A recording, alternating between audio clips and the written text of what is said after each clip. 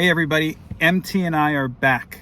We're back on the road, I should say, in the Judi Dench parking lot to tell you more about some of the art in our household, including MT's favorite superhero and his favorite piece of art that we have hanging up.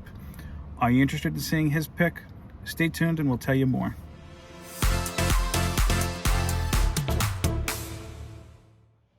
Hey everybody, I wanted to do a little bit of an interlude before we actually get to the actual video.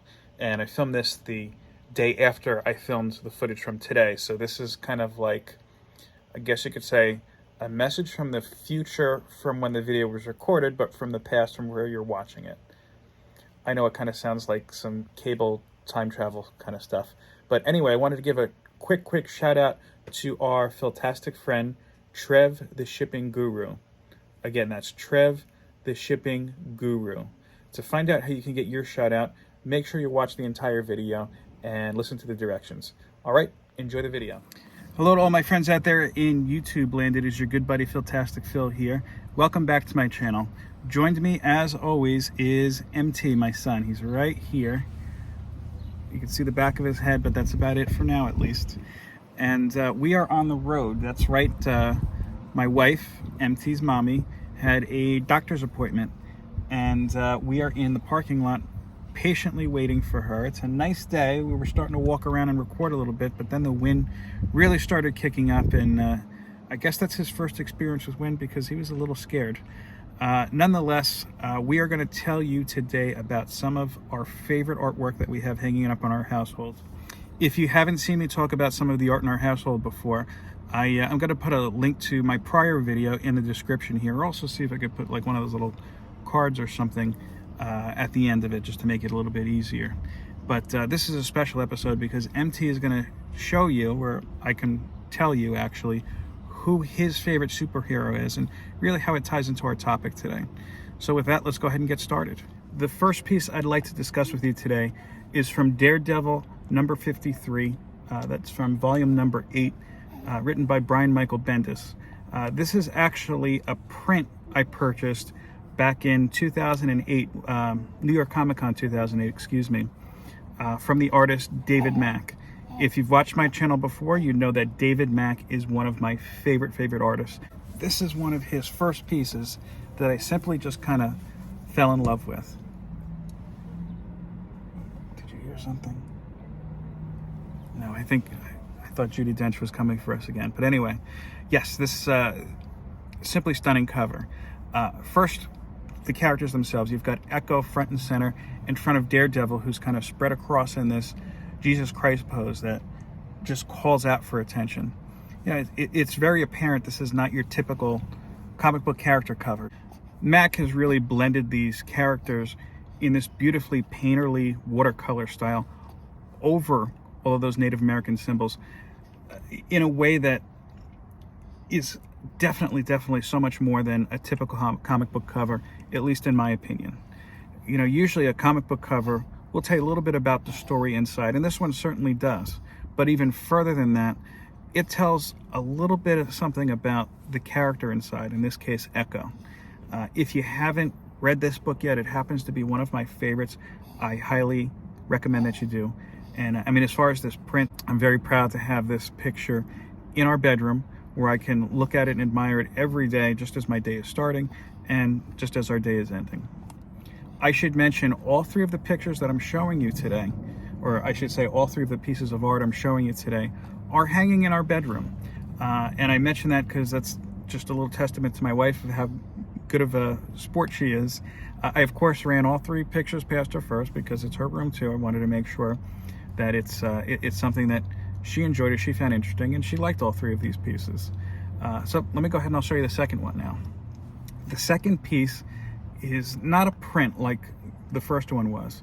The second piece is actually a poster that I've owned since I was about 6 years old. This is a King Kong movie poster that has been hanging in my bedroom since I owned it. That's right, since, like I said, I'm 6 years old. When I was a kid, I was obsessed with big monster movies. Godzilla was always my favorite, but King Kong was one I'd always stop and watch as well. I don't remember exactly where we were, but I remember going art shopping, I guess you could say, with my dad, just in one of those kind of like little gallery stores, and they had a poster hanging up, and I said, Dad, I want that one. Look at this. And he purchased it, and up on my wall it's been since then. So after I got married and we moved into our current home, I couldn't imagine not having it with me. I finally bought a frame for it after so many years, so it looks a lot nicer than just kind of tacking it up on the wall like I did. But you know, I like to look at it not only as a happy kind of moment of hey, I liked monster movies when I was a kid, but kind of a nice little father-son moment. And I did sit down and explain to MT, by the way, the importance of this poster and whatnot. Yeah, he's almost 3 months old. He doesn't understand it, but he does stare at it from time to time, which is pretty cool. Congratulations. If you're watching this, it means you've reached the middle of the video. And I'm going to give you today's special secret hashtag. That means if you go ahead and leave a comment with this hashtag, I will give you a shout out at the beginning of the next video. And today's very special password hashtag is Mack Attack. MACKATTACK. Again, that's hashtag Mack Attack. MACKATTCK. Did I spell attack right? I may have. If I didn't, just go ahead and put it correctly in the comments. But go ahead and enjoy the rest of the video. Remember to include that hashtag in your comment, and you'll get a nice little shout out. All right, see you in a bit. The final piece I'm going to show you today is actually one of my favorite art pieces that I own. I thought Judi Dench was here. I think it was just a bird. Okay. Anyway, as I was saying, it's actually my favorite art piece that I own. And this I actually got at the last New York Comic Con I went to, which was back in 2010. At this point, that's 12 years ago.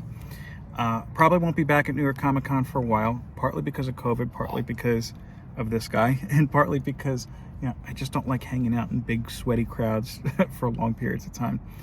But anyway, after 2008, I realized that some of the bigger signatures or bigger people I wanted to meet in the comic book industry and elsewhere, at that time they weren't selling signature tickets or picture tickets online. You just had to go there first come, first serve.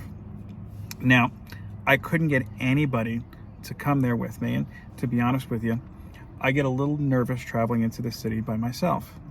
But on this occasion, I knew that the person I wanted to meet was older, probably did not have that much time left in their lives. They might not be making that many appearances, I should say, and sure enough, unfortunately, they didn't. So I knew that if I wanted to get this signature, I had to make sure I was there. So I left my house at 4:30 in the morning, drove into the city, which I hate doing as well, and went to the Jacob Javits Center. Was, I think, maybe the fourth person online to make sure that I got a ticket to meet Stan Lee. Now, at the time, they were not allowing any photographs. I did kind of sneak, I guess you could say, a shot while I was waiting in line, just with my little Sony camera, which is nothing compared to what we have on our phones now, of course. But I didn't really have an older book that I wanted to bring and have him sign. I did have a plan, though. They were giving out these Spider-Man posters for New York Comic Con. It was the official, I guess you could say, con artwork, and it was drawn by John Romita Jr. and Sr. So my plan was I'll get Stan Lee to sign it and the Romitas. That'll be a pretty cool thing, right? Well, Stan Lee signed it. That was a cool experience.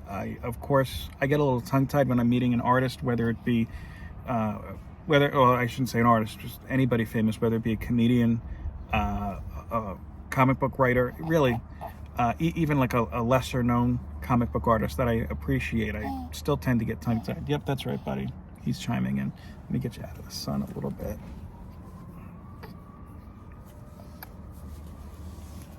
See, you still didn't see his face, just the top of his head. So yeah, I was a little tongue-tied. I don't remember what, if I said anything, probably just please and thank you. But got my poster signed, was ready to get the Romitas to sign it. Actually, my original plan was I was going to go see Frank Miller, which I also had a ticket for, and then I was going to walk right over to the Romita table when they announced that for whatever reason the Romitas were not doing any signings. It's like, okay, that's cool. I still have my Stan Lee signed poster. Shortly after I got back home from New York Comic Con, I took it to Michael's and got it custom framed. So, it was a little expensive, especially for a free poster, but I'm glad that I did it. Preserved it. It did get a little kind of wrinkled, I guess you could say, walking around the con floor, but it's something I've had framed forever. And again, when we moved into our house, I hung it right in the room, in our bedroom, and I explained to my wife the importance of this poster. It was kind of a reminder to myself, not only, if there's something you want, get it, but remember that if there's a celebrity or somebody that you appreciate and you have the opportunity to meet them, you should do it. And unfortunately, that's not advice I always follow myself. I'll give you an example. My wife and I saw one of Scott Weiland's last performances in Montclair, New Jersey. It was about a week and a half, maybe 2 weeks before he passed away. And we had the opportunity to buy backstage passes. And my thought, I remember at the time, was, well, I'm trying to be more financially responsible. I don't know if he'll even be part of this backstage pass program. They didn't, specify who you would see. I figured it was just the rest of the band.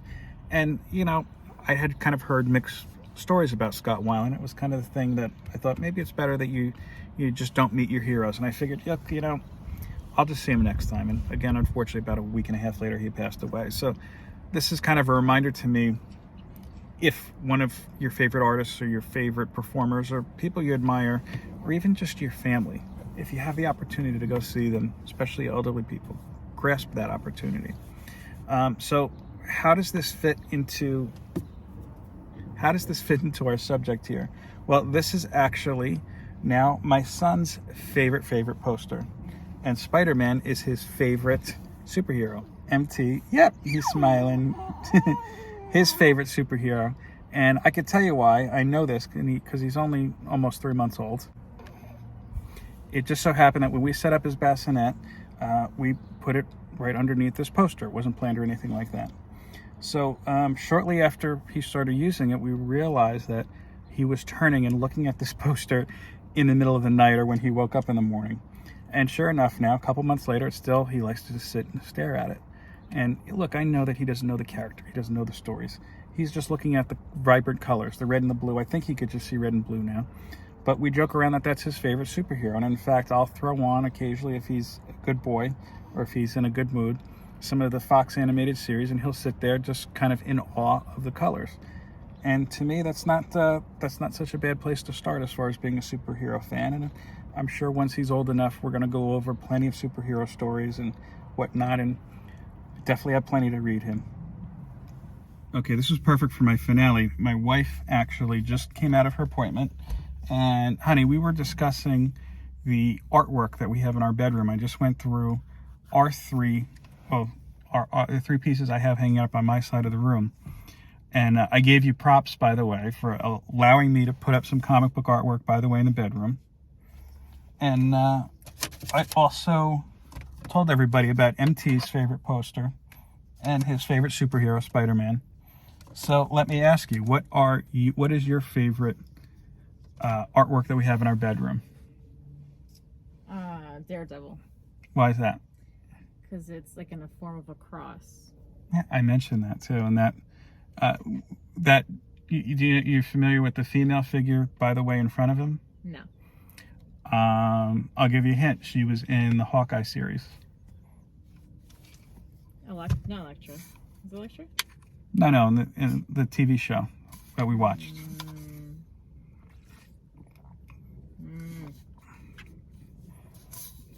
It wasn't Kate Bishop. I give up. It was Echo. I would have never guessed that. Remember her? Yeah. Yeah, that was her introductory story. I don't think it was in the hardcover that you read, but No. It's one of my favorite stories, Vision Quest. Well, I guess that's the perfect point to wrap it up. If this is your first time visiting the channel, go ahead and consider subscribing. Go ahead and give me a thumbs up if you'd like, and also share this video so we get this around. See, we turn this into a father-son video. It's really a family affair. And yeah, he's yawning already. And with that, from my family to yours, peace, love, and comics. Take care.